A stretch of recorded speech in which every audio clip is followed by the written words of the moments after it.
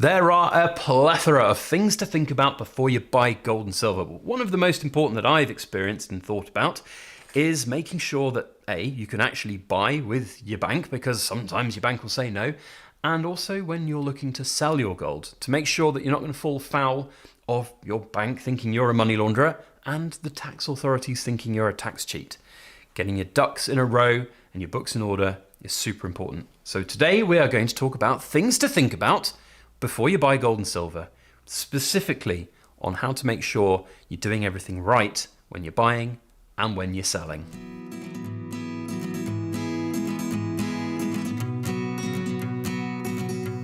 Hello everybody, Backyard Bullion here. Welcome to the first episode of Things to Think About Before You Buy Gold and Silver.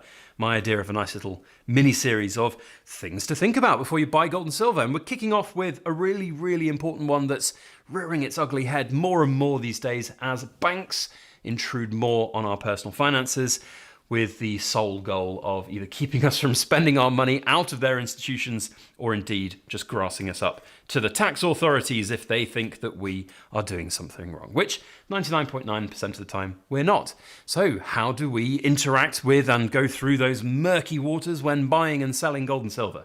We will talk about that and more in this video. Now, it's important to say that I am not here to give tax advice, financial advice, or investment advice. I am just doing things to think about before you buy some gold and silver. That's the whole point of this little series, and I'd love to know what you think on this subject down in the comment section. That's one of the reasons we do these kind of videos. So, the reason I want to start with the banking side of things is because I see more and more now banks being intrusive when people are both buying and indeed selling gold. The selling of the gold and the intrusion there is less common, but in my opinion, even more intrusive than when a bank questions whether or not you should be, or it's safe to be buying something from someone.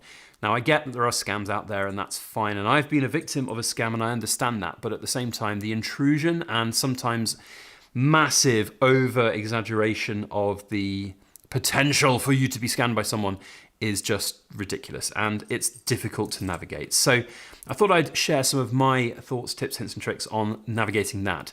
Now, the obvious choice here is to go to a established, reputable source when buying your gold and silver. And a lot of the times that is to go to, say, a bullion dealer. Now, unfortunately, you are going to be paying for the privilege of going to a bullion dealer and also paying for the privilege through the tax authorities if you're buying silver, because if you're buying silver from a dealer, there's a very good chance, unless they're selling it on a margin scheme, you're going to be paying a boatload of VAT, sales tax here in the UK. There are plenty of other examples of different countries around the world that have different levels of sales tax. Even in the US, some states now are charging sales tax on certain purchases, and it can really drain out your investments. So, keeping safe, yes. Getting the best price for your money, no. So, from my experience, there are a few kind of warning signs to keep safe when buying. And if you are sticking with the big businesses, you're going to be just fine. And your banks might ring you up and say, excuse me, do you realize there's a transaction for a few £1,000s if you buy some gold? Or, you know, a couple of microtransactions here and there for silver that might fly under the radar. But then if you do a certain number of them, they might then flag up to your bank. So I'm loath to say, go and tell your bank what you're going to do. But forewarned is forearmed, and sometimes I've heard stories of customers who've informed their banks that there are going to be certain transactions coming in and out of their account or monies that are going to be spent, and then it's less of a problem. But I've also heard equally, and I've also personally experienced it when we were once paying for a house and by putting the deposit down and everything, that we were told our bank what we were doing. It's still got bloody blocks, and we still had to go through a whole rigmarole of doing that. And for a house purchase, it was squeaky bumhole time, whether or not it would all go through and be happy days when it needed to. But it did in the end. So it's kind of just a little bit like, yeah, just forewarned is forearmed. But again, this whole concept of having to tell your banks everything about your gold and silver purchases doesn't really sit that well with me. But it is, I think, important. Now, the big part of this video, I think, is more so than physically getting it, because a lot of the time you can just, you'll buy it from a reputable source, or whether it's from a third party, from somebody, say, on the Silver Forum, or through our bullion buying club and so on. You'll pay it, you'll get your coins, that's great. But getting your money out at the other end can be a little bit of a difficulty. If you sell it, great, you've got your money in your bank. But I have had examples and stories of people having their banks question them about monies coming in, because of course everyone is assumed to be a money launderer and everyone is assumed to be breaking the law somehow. So it is, I think, a really important thing to have your records in good order and good keeping. Record keeping is going to be certainly a little topic within this little mini series in its own right, so I won't go into too much depth in it now, but get your ducks in order. Ducks in order? Gets your duck in a row, and what is it, your books in order or something, I don't know. But get your books in order, because if you don't have good record keeping, you could really fall foul of a lot of things. Unfortunately, we're in a society now where it's okay for banks and eBay and Amazon and all these other marketplaces to report on anything that you do to the tax authorities. And if you get audited, if you get inspected by the tax man, they have powers to really mess up your life, and you need to have those books in order really to get what you want out of it. They will put money on hold, they will confiscate it all. It will be a nightmare for you, and they have some significant powers, and more of those agents exist now. Since the Labour government came in the UK, those powers have been expanded, and those well, I don't know quite if the powers have been expanded, but the workforce has been expanded is what I'm going to say. So there are going to be more people falling foul of this.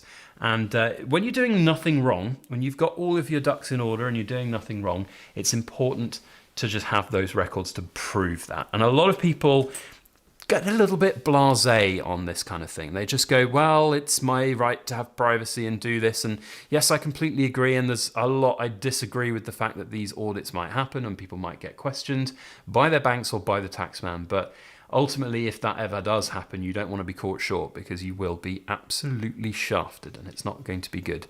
So one thing to think about, as that's the topic of today's video, is if you are selling your gold and silver, you could, again, forewarn your bank that there will be a lot of money coming into your account, or you could just go and deal with one of the many bullion dealers that are out there.